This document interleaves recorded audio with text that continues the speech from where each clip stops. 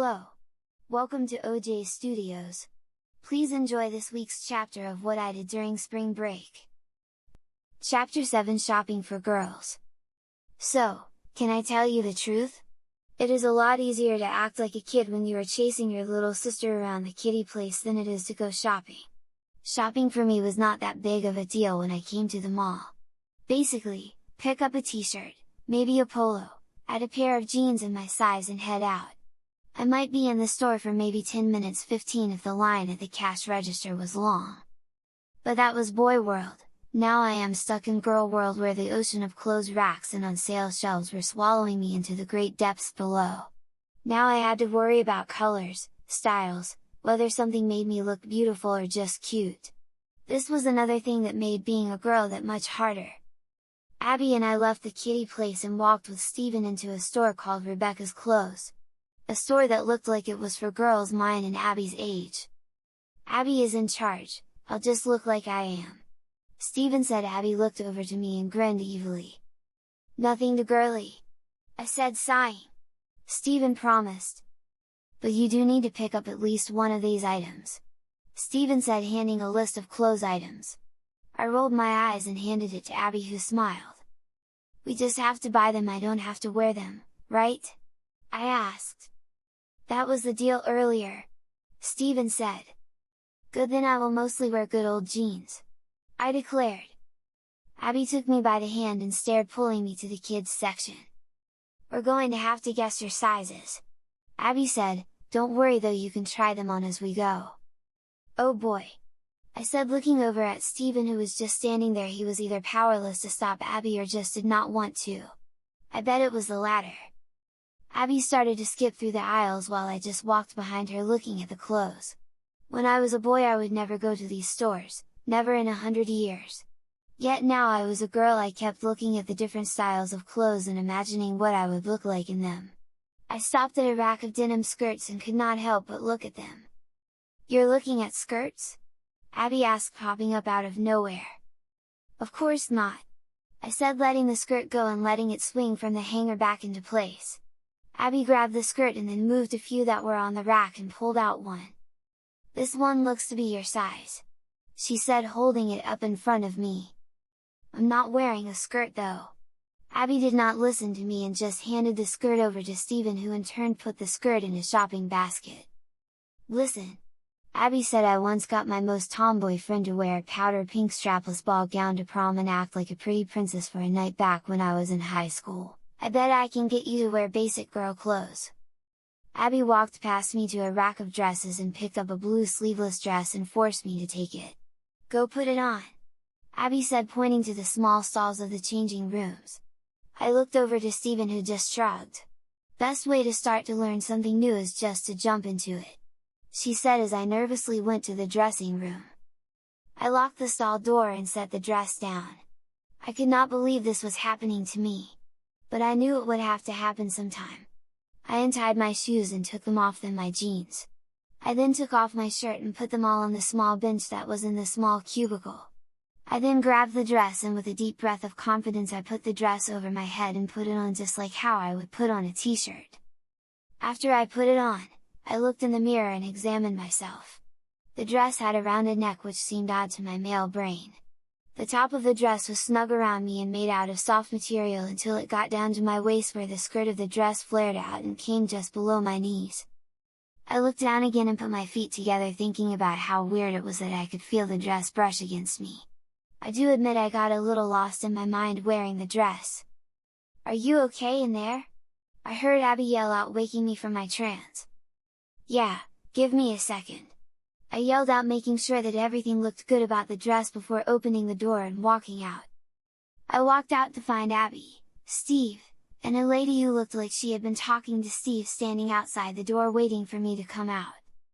Looks good, Abby said. Steven nodded in approval. Do you like that one? He asked, and I shook my head yes, mostly just to get back into the changing room and get out of this. That's great, the woman said happily. As I was telling your dad, we are running a special, we will give you 20% off of the dress if you walk out of the store wearing it. I stood there for a second and then looked over to the rack where Abby got the dress, and indeed there was a sign with the deal. I sighed and realized that I had been tricked. This was probably Abby's plan all along. I guess the old proverb is correct, beware Abby's being nice to you, she might have an alternative motive. Steven and the woman walked over to the cash register while Abby took me by the hand and pulled me over to changing room. Steven is going to pay for the dress, put the clothes that you came here in and put them in a bag and go to the restroom and change back. I will help Steven find clothes for you. Just meet us over at the arcade across the hall from here, that's where Justin is. I just texted him, so he'll be on the lookout for you. Abby said in a hushed tune so the adults could not hear us. You mean I have to go out there alone? I asked. Don't worry, you'll be okay. Aren't you worried about that lady and Steven? I asked, looking over to the register where Steven was paying for the dress I was wearing. Don't worry, I know my man. Trust me, he's not doing anything. Abby said, looking over to Steven. Besides, the lady said that she hates kids and well, Steven has 3. She said. I laughed a little and thanked her for shopping for the rest of the stuff. This would be easier for all 3 of us this way. I was about to leave to get my stuff bagged up before Abby stopped me one last time. Oh, take this! Abby said, handing me 2 20s. For the arcade. I took it and thanked her again before opening the door leading out to the rest of the mall. Oh, are you going to find Justin, Lexi? I looked back and as pleasant as I could said. Yes, Dad. I got out of the store and looked around for the restroom. I had no idea where I was in the mall. I had never been in this part before and everything and everyone around me was taller than me, making it hard to see signs.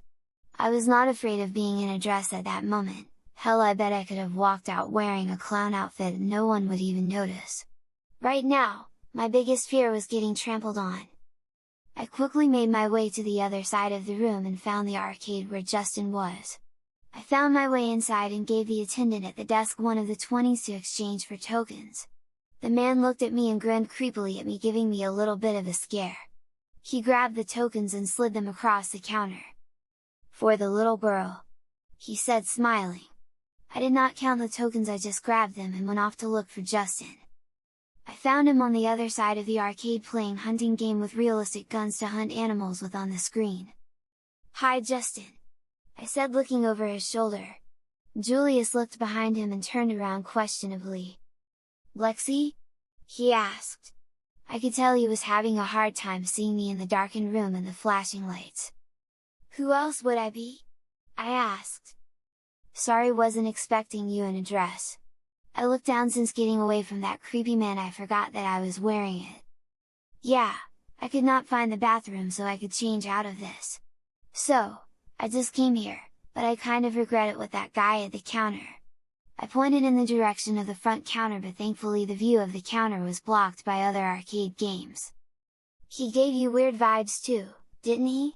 Justin asked. I shook my head. Yes, well, just stay with me and I'll protect you. Besides, I need a second player. He patted the player 2 gun. I took it from its mount and played along, thankfully that my aim was still good as it had been from when I was a boy. Once we got down with the second game, I felt a tap on my shoulder. I turned around expecting to be that creep from the front counter and instead saw a boy and his friends standing behind me. Girls can't play arcade games, the boy said. Yes, we can. I replied with my arms crossed over my chest, I'm probably better than you. The other boys sounded shocked that I would say something like that. Listen little girl, I don't want to make you cry, so how about you go off and play over there? He said, pointing to a pink arcade cabinet that said Barb on its marquee. Oh yeah, I bet I could beat you on this. I said, patting the arcade cabinet. That the group of boys looks at their leader, wondering what he was going to say. The boy dug around his pockets and pulled out some tokens. I bet you 10 tokens that I'll win, he said, setting the tokens on the control panel. I took out my tokens and counted them out and set 10 of them on the control panel. Deal! I said. Justin put 2 of his own tokens into the cabinet and I took the player 1 rifle from its holder and the boy did the same. Does 60-second target shooting sound good?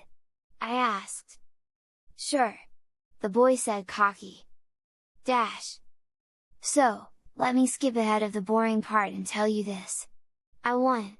I got 374 points, which was almost the top score, while the kid only got 250 points. The boy put the rifle back into its place and looked over at me. I was not sure if he was mad or not, but then he smiled and extended his hand. "Well done, that was pretty cool for a girl," he said after I took his hand to shake it. "I'm Tyler." "Lexi," I said, smiling. Tyler gestured for his group to follow him and they walked down the row of arcade cabinets and out of sight. "That was amazing," Justin said. "I've been playing this since before they were born," I said smugly. "They used to have this game at an old pizza place that was down the road from where I lived.